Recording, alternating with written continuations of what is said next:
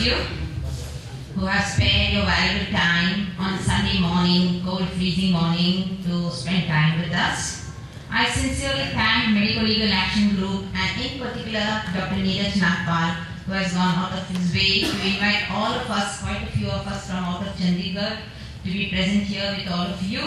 And he has been working on it for so many months to get this conference perfected. Thanks to you, sir, we are here. Documentation, as all of you are aware, as one of the judgments recently in 2016 says, good records means good defense, poor records means poor defense, and no records means no defense. I will give you some examples to prove this.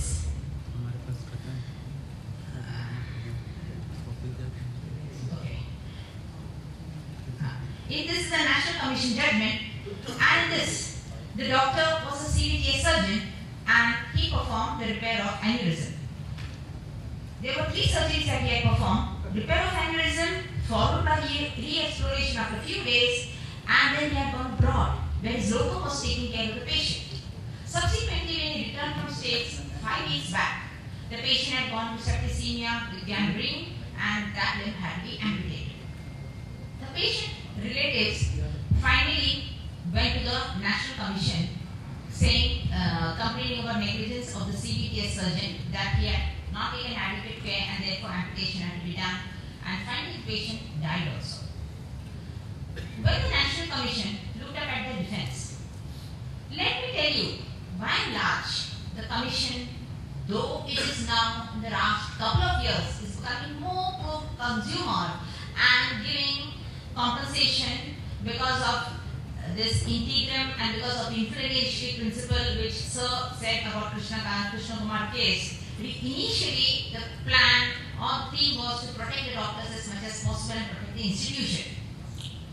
They went to the records and they found major deficiencies. The record of consent was not available in the medical record papers. What is important is not whether consent is taken or not, but the record of the consent has to be there when it is present in the court of law. So they could not find the consent. About the daily records, the CVT surgeon went on pleading in the witness box. I have seen the patient every day. When I was away, my locum has seen, the notes are there. And we have given the best treatment. We have rendered the standard of care. But the inevitable sometimes happens. Despite rendering the standard of care, complications do occur which we explain to the patient, and the patient died because of the nature of disease and because of his intrinsic diseases. But what is important is not just that you render the care.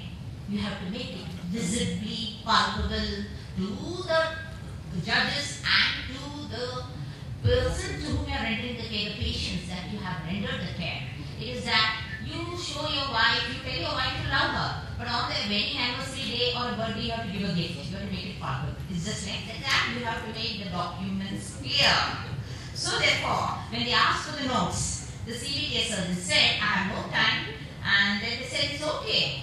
But let the nurses at least should be there. They should be seeing the patient every day, and let us see just the nurses' notes that they have documented. Dr. So-and-so has seen the patient every day. Unfortunately, the nurses' notes were also missing. And let me tell you, by the Medical Council of India Act, that is the Code of Medical Ethics, we have to preserve the records for 3 years, and this case was taken in National Commission within the 3 years. The nurses' notes also could not be produced, and therefore the doctor and the hospital was deemed negligent. And this is the first judgment which says nurses' notes are also taken into cognizance. By and large, most of the hospitals do not consider nurses' notes to be part of medical records for the simple reason. They keep writing, doctor has been called, doctor did not attend, they do it 3 or 4 times letting down the doctor. But nurses' notes also can defend the doctor in the absence of doctor's notes. In the next one, what is of importance is the way the surgeon writes his operating notes. He has to write the relevant points. Not that we need to write very detailed surgery, but the important points have to be documented. In this case, where an implant removed from the fibula was being done, the doctor's surgeon's notes was very, very brief. This is exactly a duplication of what the surgeon had written in the operation notes. And within 5 minutes, got a cardiac arrest. CPR was performed. The patient was then shifted to the ICU. Finally, after about 3 weeks, patient died. But this is exactly what the doctor had written, and the post-op treatment was as usual IV and the monitoring this thing. But in National Commission, after the death of the patient, when the relatives went to National Commission, what the National Commission discovered is that in the operating room notes, the occurrence of cardiac arrest was not mentioned at all. The starting time of the surgery, closure time of the surgery was not there in the operating theatre notes. Surgeon writes one set of things and the anesthesiologist writes a different set of things. Anesthesiologist mentioned that the surgery is ankle arthrodesis. The surgeon writes the surgery is implant removal of fibula.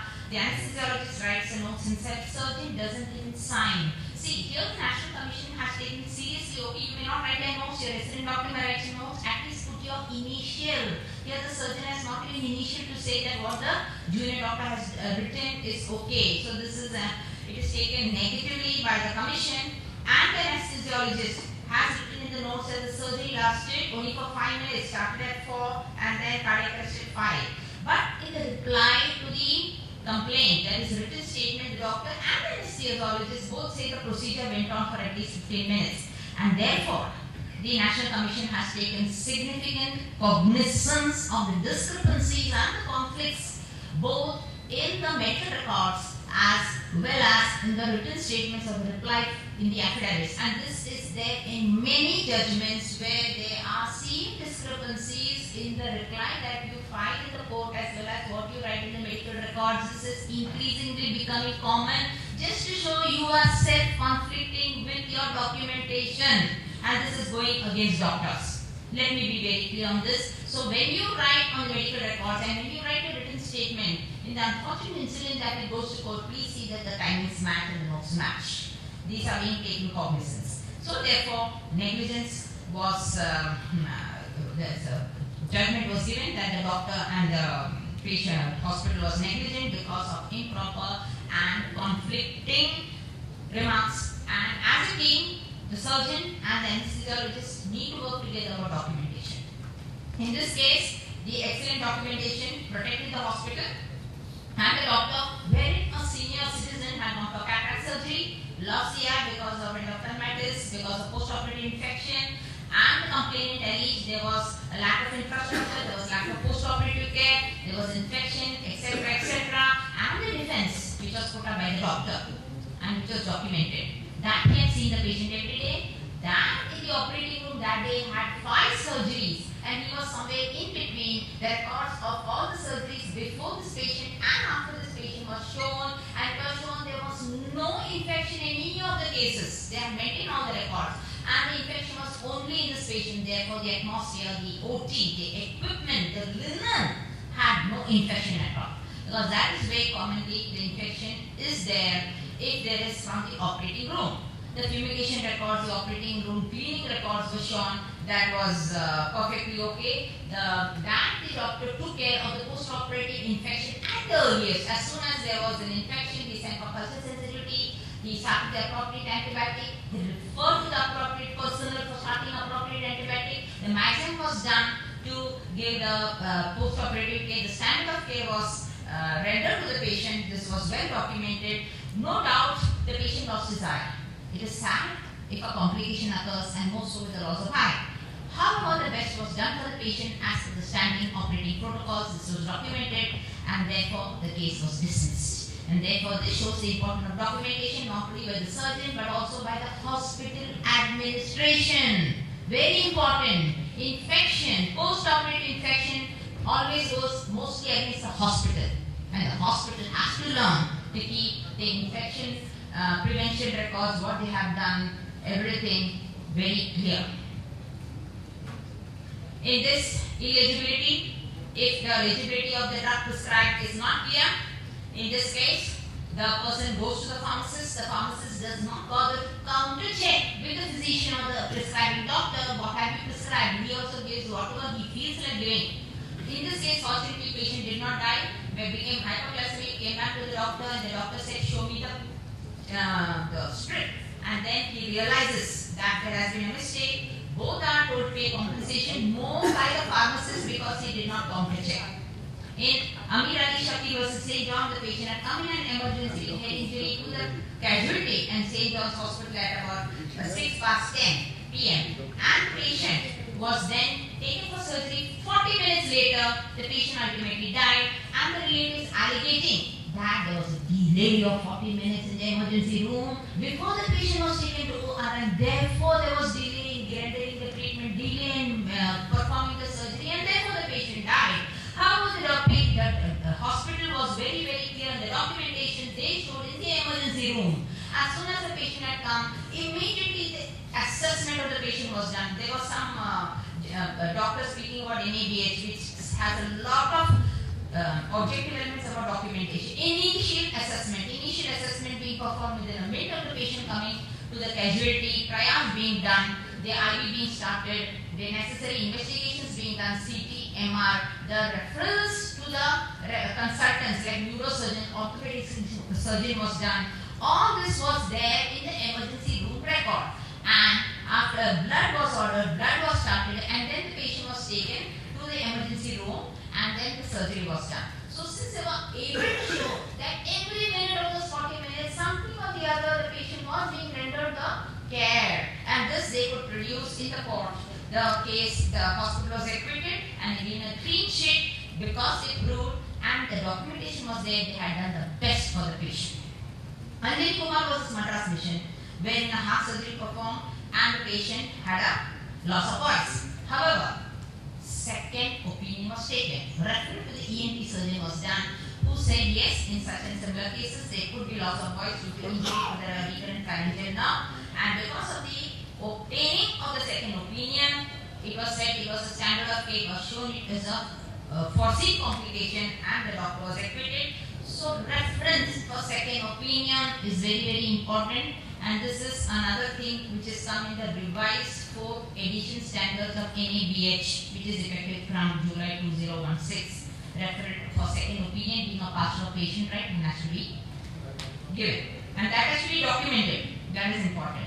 In this case, where the patient was a fat patient in whom there was a surgery done, and she was advised to take liquid diets and soft diet. However, she went on eating whatever she wanted, solid diet, meat, etc. There was a wound medicine. She was again taken for secondary suturing. Unfortunately, the patient died, and the doctor could show, despite the advice of the diet, she had not adhered to the instructions of the doctor. Non-adherence to the instructions of the doctor means contributory negligence on part of the patient. This means it is she who has contributed to the negligence and subsequent death, and the doctor was acquitted. So, documentation again says, in this, after the fracture was reduced and the plaster by the doctors, forearm bones, she was told, please come after 3 days. Verbally she was told, for a check X-ray. But in the discharge card, they had written, come after 1 month. This shows the importance of documentation in your post-operative advice and discharge advice in the discharge card. You should write what you want to tell. It's what you tell, is not what you write.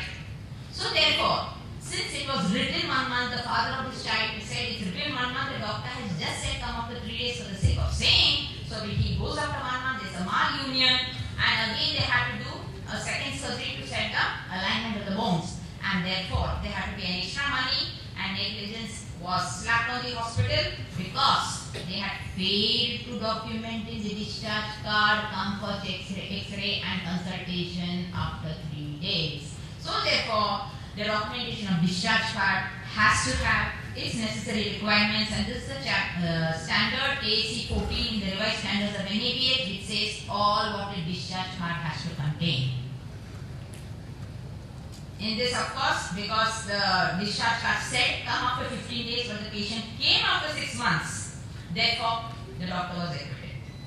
In this case, where the patient had undergone cataract as well as glaucoma in both the eyes, ultimately the patient got decreased vision and went on consulting several ophthalmic surgeons as usual, and when the doctor was called in the court of law, he said he has done the best, he has taken the consent, informed the complications, informed what would happen, and the standard of consent forms, etc.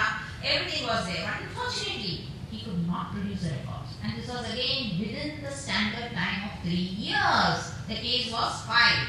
So within the limitation period, case was filed. The doctor had not kept the records. Missing records gives adverse inference to the court of law. So therefore, if you do not have your records, the court will straightway slap negligence no matter whatever you say in a court of law. No records means not done. In Ram Gopal Bashni versus Laser Site India, wherein in a case after in a 85-year-old man, where the consent was taken by the grandson. See, the chapter of consent clearly says you have to take it from the patient, provided the person is above 18 in a sound mind and conscious. You have to take it from the patient itself. Taking from anybody else is not valid as per Samira Puri judgment. Here, because he was 85, the grandson took this, signed the thing, the doctor probably was not aware of this, and therefore, though after the cataract surgery, the patient recovered, I can say not even 6 by 6 or 6 by 5, very good visual acuity. There was no problem about negligence, but it's a matter of law. On the consent form, some advocate had advised these people to file a suit, and the negligence was slapped on the doctor as non-consenting because it was not taken from the patient itself. It was taken with the grandson, and he had to pay compensation. This I will skip due to lack of time. In T.T. Thomas versus Eliza, informed refusal. If a patient does not want to undergo the treatment as advised by you, whether it is surgery or any medication. Now, in this case, the patient had come with appendicitis which needed emergency surgery, and the patient told the doctor that he does not want surgery, and therefore the doctor said, okay, no surgery and conservative treatment. Despite that he needed emergency surgery, he refused emergency surgery.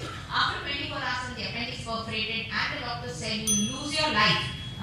Then in that case, if you don't operate, they took for surgery, they consented, he operated, the patient ultimately died, and in the court of law where they find that the patient, doctor took more than 24 hours or 36 hours to operate when it was an emergency, and therefore it was negligence on behalf of the surgeon, and therefore he is responsible, and the surgeon told the judge, I had offered surgery immediately and advised them, but they did not listen to me, and they consented very, very late. So the judge said, you are speaking lies. That is what he told the doctor.